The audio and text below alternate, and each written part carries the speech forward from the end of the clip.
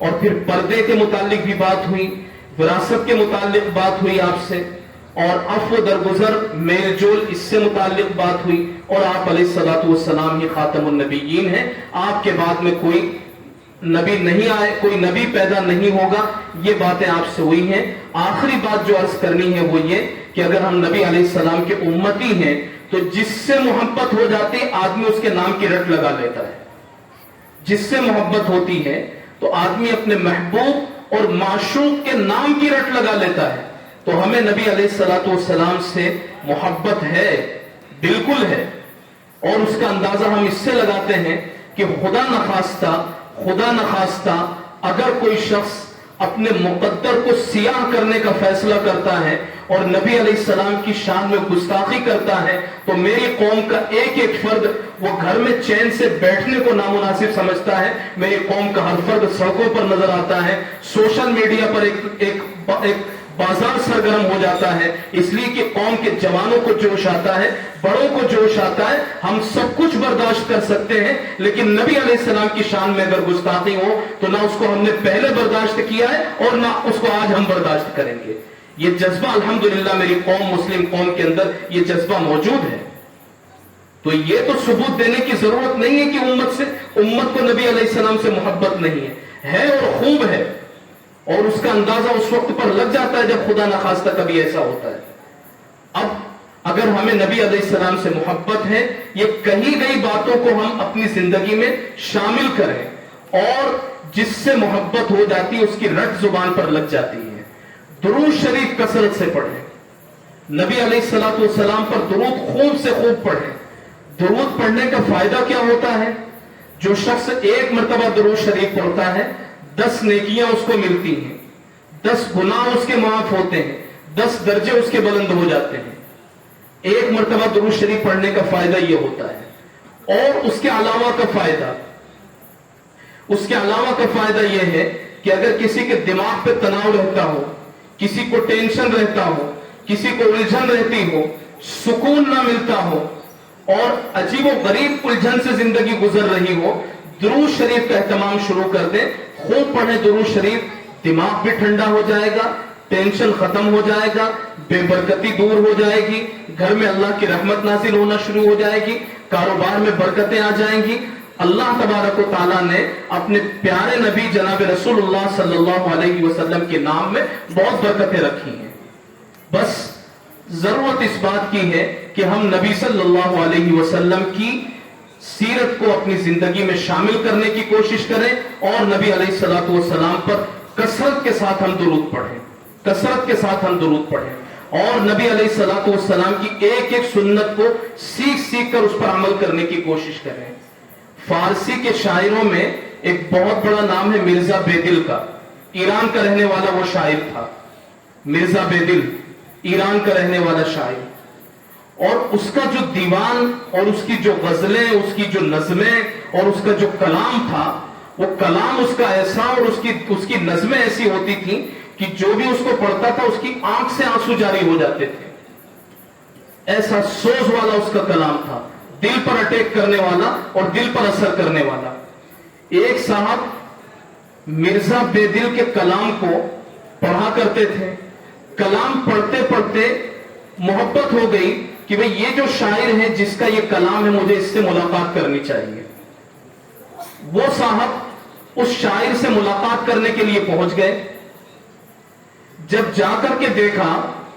تو اس وقت میں وہی شاعر جس کی نظمیں پڑھ کر اور جس کا کلام پڑھ کر کے آنسو آ جاتے تھے اور دل دہل جاتا تھا، دل نرم ہو جاتا تھا، اس شاعر کو جب پہلی نظر میں دیکھا جا رہا ہے تو وہ ایک حجام اور نائی کے پاس میں بیٹھا ہوا ہے اور وہ اپنی داڑھی چھلوا رہا ہے۔ اس آنے والے شخص نے یہ منظر دیکھا، داڑھی چھلوانے والا، تو یہ کہا کہ آقا ریشمی تراشی، کہ آقا تم داڑھی چھلوا رہے ہو؟ تو شاعر یہ کہتا ہے ریشمی تراشم ولیکن دلے کسے نمی خراشم، ہاں میں اپنی داڑھی کٹوا رہا ہوں، کسی کا دل تو نہیں دکھا رہا ہوں، کسی کے دل پر تو خراش نہیں لگا رہا ہوں۔ تو ان صاحب نے آنے والوں نے کہا بلے